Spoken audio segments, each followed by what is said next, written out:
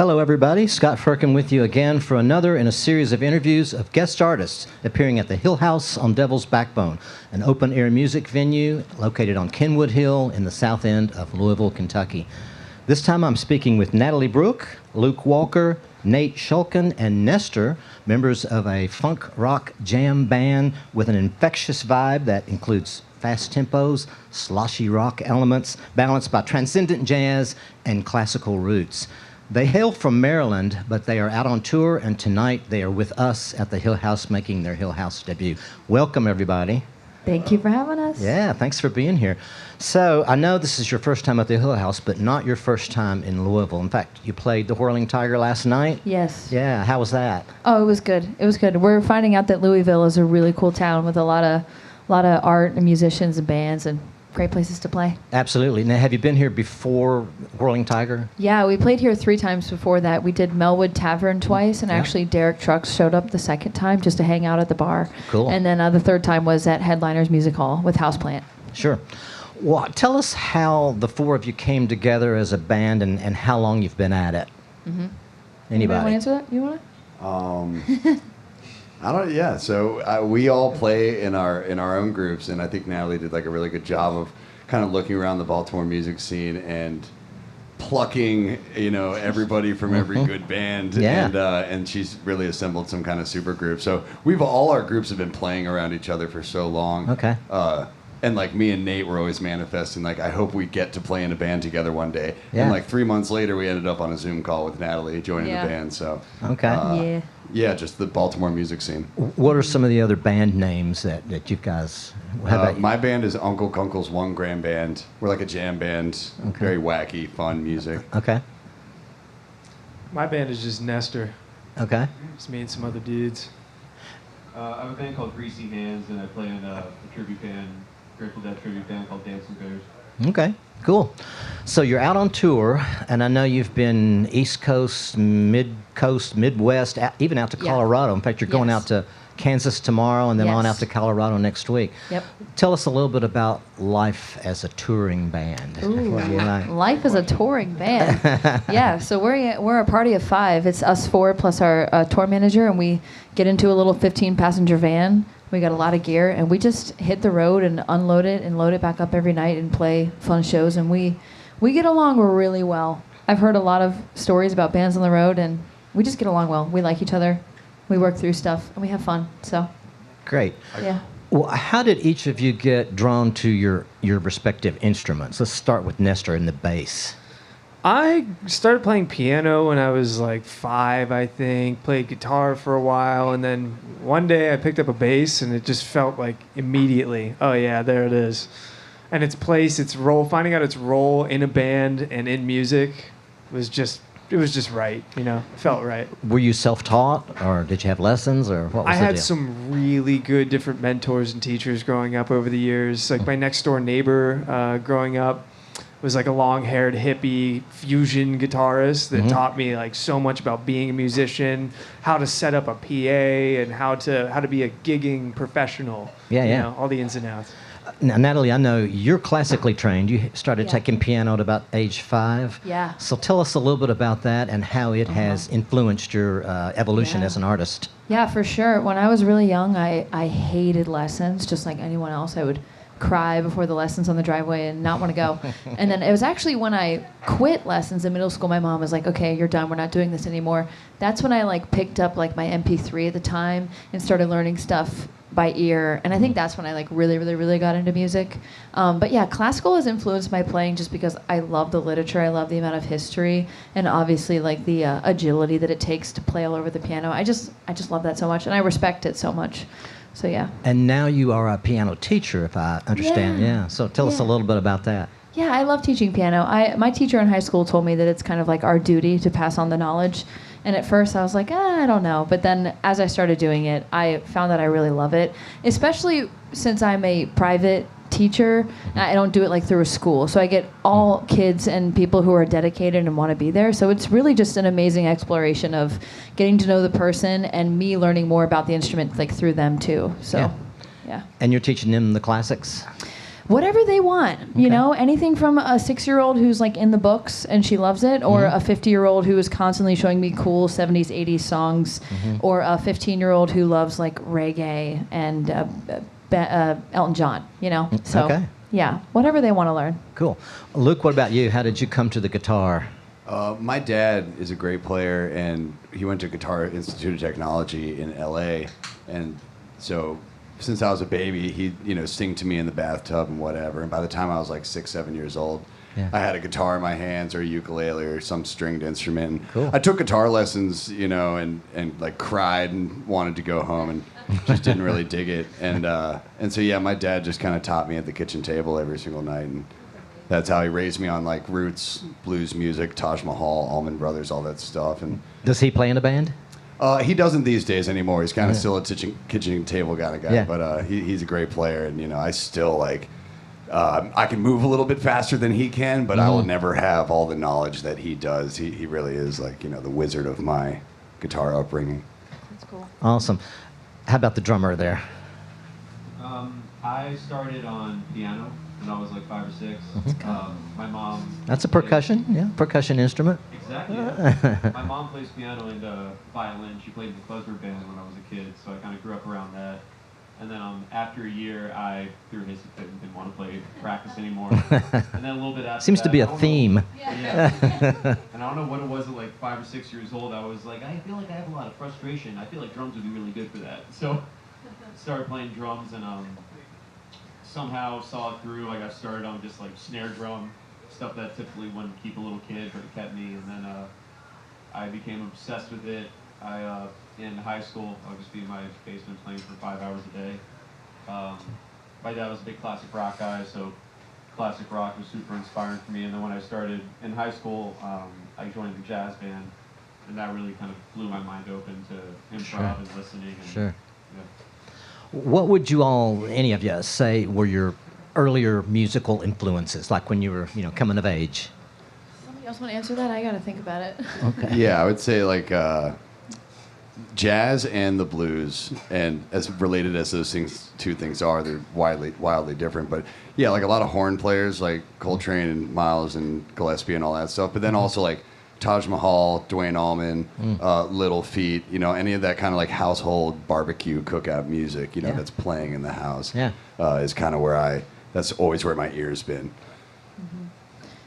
Yeah, I remember the first music that I really, really got into was film scores, actually. I just remember, that was the first time I really latched on to something and went like digging into it. Before that, I was just finding singles from indie bands and just listening to that over and over again, Yeah. So definitely film scores. And then my brother got me into metal and prog, and those were the first concerts that I went to for a long time. So somehow those two things were the beginning for me. Okay.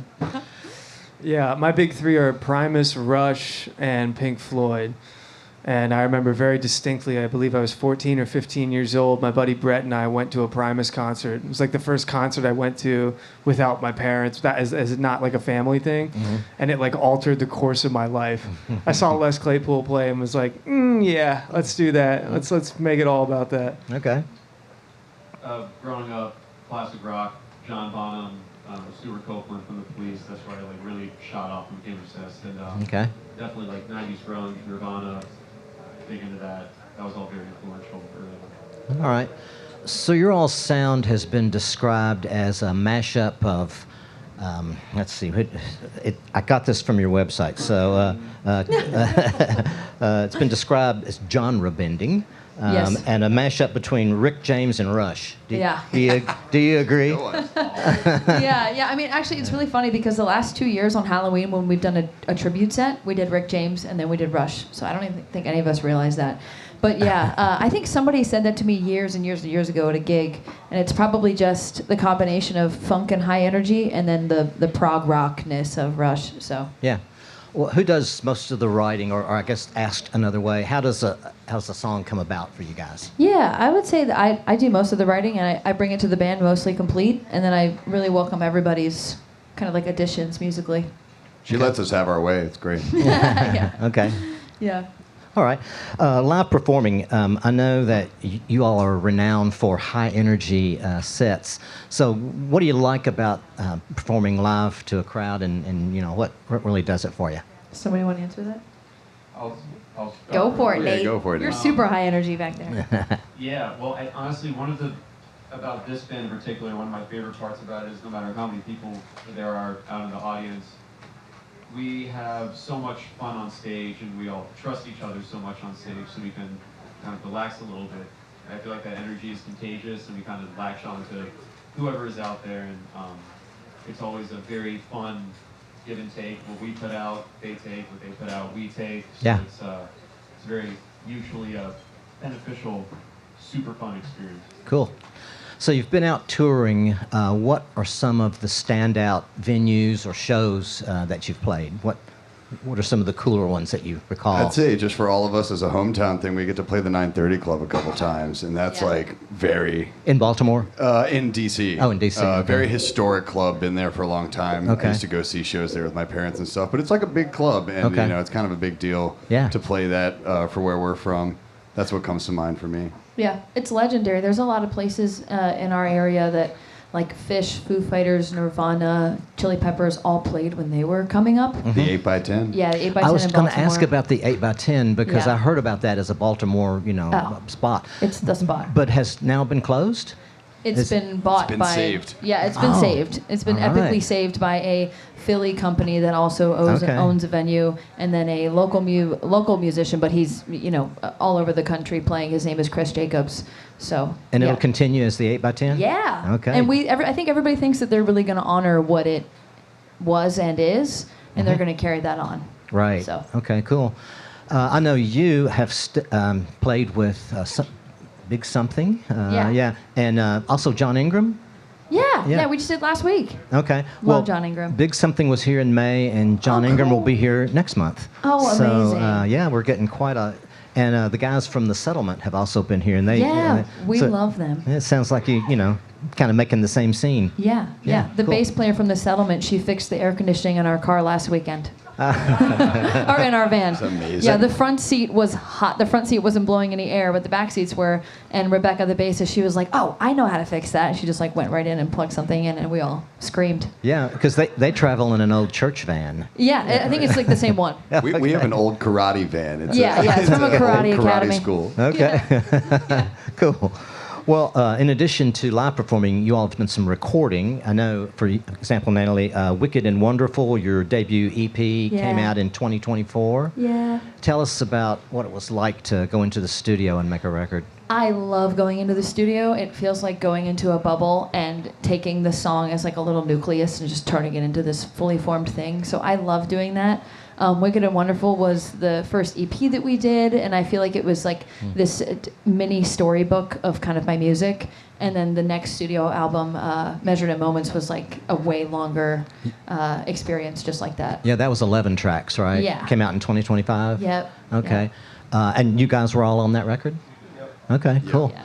And then your most recent release, The Collective She, features 5 live tracks. Yes. So live performing and recording all in the same thing. How was that? Yeah, so we our rehearsal space in Baltimore, we set up microphones and put on headphones, and we really wanted to capture the live feeling and put that out so that people could hear it. So we just hit record, and all of the tracks were 10 to 15 minutes long. So we really just let the improvising rip, as opposed to when we do the studio album, it's more like you layer everything, one at a time and kind of really line it up. Yeah, So- I was going to ask how your approach changes, if at all, between live Yeah. performing and recording in the studio. So that kind of Depending on that. the album. Yeah. Yeah, I mean, so the live album is, like I said, it's just meant to be like the live show. But then the studio albums is where I like to go in and just add as much as I can, vocal layers and synth layers and all this stuff. And everybody gets to kind of be in on that process as well, so it's fun. And you are the lead singer, the vocalist. Yeah.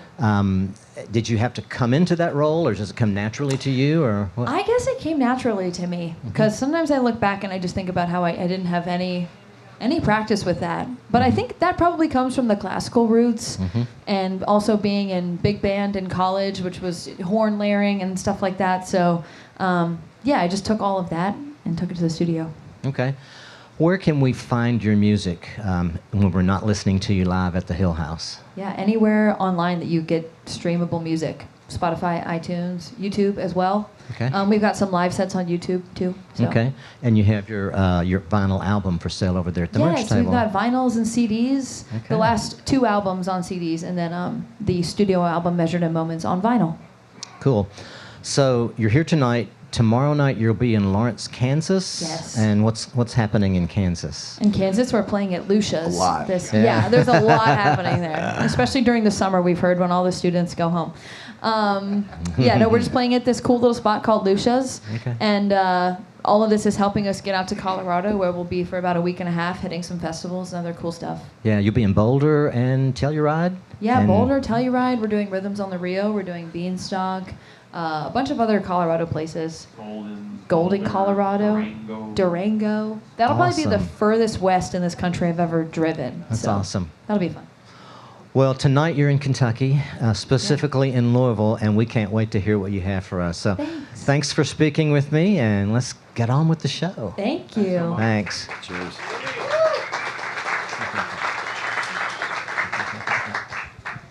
All right, great job. It's